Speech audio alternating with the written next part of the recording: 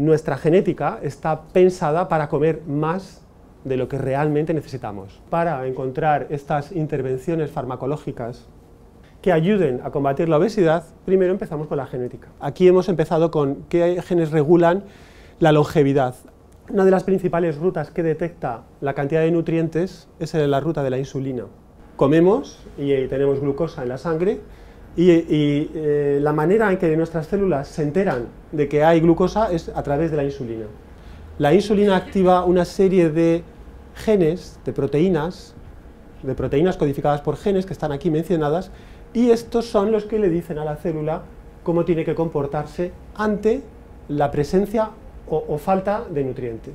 Todos los genes que están, o muchos de los genes que están aquí implicados, si se disminuyen, es decir, si se engaña a las células, y aunque tengamos mucha glucosa, le hacemos pensar que tenemos poca, porque todo esto está un poco disminuido, si engañamos a las células de esta manera, con ratones, en que manipulamos estos genes, estos animales viven más. Comen lo mismo, siguen ingiriendo calorías, pero sus células no se enteran de que tienen esa glucosa disponible. Y entonces es como si estuvieran bajo restricción calórica. Tiene la ventaja de que el animal no pasa hambre. Está comiendo, se siente satisfecho, pero sus células no se enteran de que hay comida en la sangre. Y esos animales viven más. Hay un gen que se llama PTEN. Este gen apaga moderadamente esta ruta que detecta los nutrientes. Y hemos generado animales que tienen un poco más de este gen. Esta ruta, además de decir a las células cuántos nutrientes hay, también es una ruta que, si está hiperactiva, es cancerosa. Induce a las células a convertirse en tumorales. Todo está siempre mezclado. Hemos generado estos animales, que son animales ratones transgénicos con más PTEN. Tienen esta ruta bioquímica un poco disminuida y es como si los animales estuvieran comiendo menos de lo que comen, pero en realidad comen lo mismo. Esta sería la curva de supervivencia de los ratones. En los humanos esto serían 90 años, aquí en los ratones son 36 meses, 3 años. Y aquí veis los animales que tienen esta extra cantidad de este gen, pues viven un poco más. 10%, 10%, 16%, que es parecido al beneficio que producen otras alteraciones que han hecho otros investigadores. De momento, bueno, pues tenemos aquí una herramienta, tenemos unos animales donde hemos imitado genéticamente la restricción calórica. Estos animales comen normal y viven más, porque sus células no se enteran de la cantidad de glucosa, de lípidos que tienen. Una sorpresa que tuvimos fue la siguiente. Es normal, cuando se disminuye esta ruta, que los animales pesen menos. He dicho, las células no se enteran de la comida que tienen. Y entonces, como no se enteran, crecen poco. Y los animales, las células crecen poco y el animal entero crece poco. Entonces los animales, cuando se sigue su peso, aquí está el peso de los machos, de las hembras, con el tiempo, estos animales, que son los azules, los transgénicos, pesan menos que sus hermanos que no son transgénicos. Estos son hermanos. Unos son transgénicos, unos han heredado el transgen, que lo hemos introducido, y otros no, y unos pesan menos que otros. La sorpresa fue un dato tan trivial como este: ¿cuánto comían? Uno espera que si un animal es más pequeño, que coma menos. Eso es lo que espera, que sea proporcional a su peso. Pero estos animales comían más que sus compañeros normales. Pero incluso si no se relativiza el peso corporal, que es otra gráfica que hay en esta publicación, también siguen comiendo un poquito más. Y esto era muy chocante. ¿Cómo es posible que estos animales pesen menos comiendo más? Esto quiere decir que la comida desaparece. Estas desapariciones de la comida son muy interesantes en el mundo de la obesidad. Encontrar por qué desaparece. Podéis decir, bueno, es que claro, me estás hablando de ratones todo el rato. Sí, todo el rato voy a hablar de ratones, pero este trabajo lo publicamos en marzo. Y en septiembre salió publicado un trabajo que nos dio una enorme satisfacción, en que publicaron, de nuevo en la misma revista New England Journal of Medicine, la más prestigiosa que hay en medicina, encontraron que hay personas que tienen alteraciones en este gen y tienen un poco menos de función. No tienen la actividad normal, tienen un poco menos. Y en estas personas encuentran, la sorpresa es que son obesas. Y esto es lo inesperado y lo que además es exactamente lo mismo que hemos visto nosotros. Nosotros hemos visto que con ratones, si hay más actividad del gen PTEN, son más delgados e incluso comen más, pero son más delgados, y las personas que tienen menos actividad son obesas. O sea que probablemente este gen está regulando la obesidad, tanto en ratones como en humanos. ¿Cómo regula el gen PTEN la obesidad? Probablemente hay muchas explicaciones y yo os voy a dar una. Todo esto es muy reciente, entonces es de hace muy poco tiempo, no ha dado tiempo a que se investiguen todos los aspectos, todos los detalles. Nosotros nos pusimos a buscar dónde se iba la comida. Os he dicho que estos animales son más pequeños, pero cuando digo más pequeños son la mitad de grandes. Imaginaros una persona de 2 metros que pesa 100 y pico kilos y uno de 1,50 m y que pesa 40, y que ese come más que el otro. Pues esta es la situación. ¿Dónde se va esa comida? A un tejido del que a lo mejor no habéis oído hablar nunca, pero ahora os voy a intentar convencer, que está muy de moda, que se llama el tejido adiposo marrón, con sus siglas en inglés, Brown Adipose Tissue. Una imagen de PET. Con el PET lo que se ve es dónde se está consumiendo la glucosa. Esto se utiliza para diagnosticar el cáncer, porque los cánceres son grandes consumidores de glucosa. Estos son ratones que no tienen cáncer, por supuesto. Esta es la espalda del animal, aquí estaría la cola, aquí está la cabeza. Se consume mucha glucosa en el cerebro, en el brain, se consume mucha glucosa en el corazón, heart, y esto es el compuesto radiactivo en la vejiga para expulsarlo, como en los humanos, igual. Y en estos animales lo que nos encontramos es que aquí había una señal muy potente. Aquí en la espalda es donde tienen los ratones el tejido adiposo marrón, y también lo tienen los bebés. Los niños recién nacidos lo tienen en la espalda y luego lo pierden. Estos animales están comiendo todo el rato y aquí es donde se les va la comida, al tejido adiposo marrón. Hace tan solo 3 años se descubrió, pongo aquí entre comillas, el tejido adiposo marrón en humanos adultos. Parece mentira que todavía a estas alturas, en que se sabe tanto del cuerpo humano, todavía no se hubieran dado cuenta, no nos hubiéramos dado cuenta, la comunidad científica, de que hay tejido adiposo marrón en humanos adultos y de que es activo.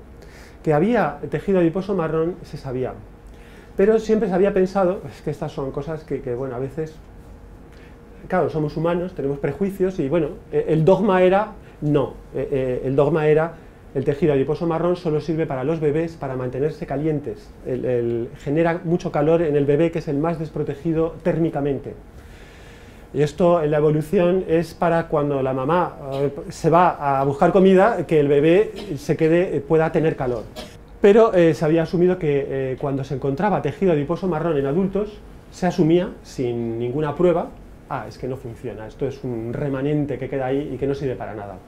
En el año 2009, de nuevo en esta revista New England Journal of Medicine, se publicaron 3 trabajos que, mirar el título, tejido adiposo marrón funcional en adultos humanos. Hace 3 años la comunidad médica se enteró de que tenemos un tejido ahí y que está funcionando y no se le había prestado nunca atención. Cuando digo nunca es jamás, nunca se le había prestado ninguna atención. Sobre todo lo tenemos aquí, los adultos, no los bebés, los adultos en la zona de la clavícula y en la zona esta que le llaman paravertebral o paracervical, que va pasando por la columna. Acordaros que todo esto es para encontrar dónde se va la comida que comen estos ratones. Que os he dicho, comen mucho y no les luce. ¿Dónde se les va? Bueno, el tejido adiposo marrón tiene la mala suerte de tener el nombre adiposo y inducir a pensar que es como el tejido adiposo blanco. Hace exactamente lo contrario. El tejido adiposo blanco, la grasa, que nosotros conocemos normalmente, es un tejido especializado en almacenar nutrientes. El tejido adiposo marrón hace exactamente lo opuesto, elimina los nutrientes. En los dos hay muchas grasas, pero estas grasas están aquí para quedarse y estas grasas están aquí para ser eliminadas y quemadas. Metabolizar quiere decir convertir la energía de los nutrientes, de las grasas y de los azúcares, la convierte en otro tipo de energía química, que se llama ATP, que se utiliza para movernos, para hacer reacciones metabólicas, para todo. Esto no es quemar nutrientes, esto es convertir la energía química de la comida en otra energía bioquímica que utiliza la célula para hacer un montón de cosas. Quemar es convertir en calor. Aquí no se ha quemado una mínima parte. La inmensa mayoría de nuestros tejidos convierten la energía de los nutrientes de una manera, la convierten en otro tipo de energía, pero no la queman. El músculo quema energía porque convierte la energía en movimiento. El único que quema realmente energía, que quema nutrientes, es el tejido adiposo marrón, porque el trabajo químico que se hace en estos orgánulos se elimina, gracias a una proteína que se llama UCP1, que es una proteína que solo está en las células de los adipocitos marrones. Solo en esta célula existe esto. Claro, esta es una proteína suicida, esta es una proteína que se dedica a hacer todo lo contrario para lo que estamos pensados, que es almacenar energía, porque nos va a faltar la comida.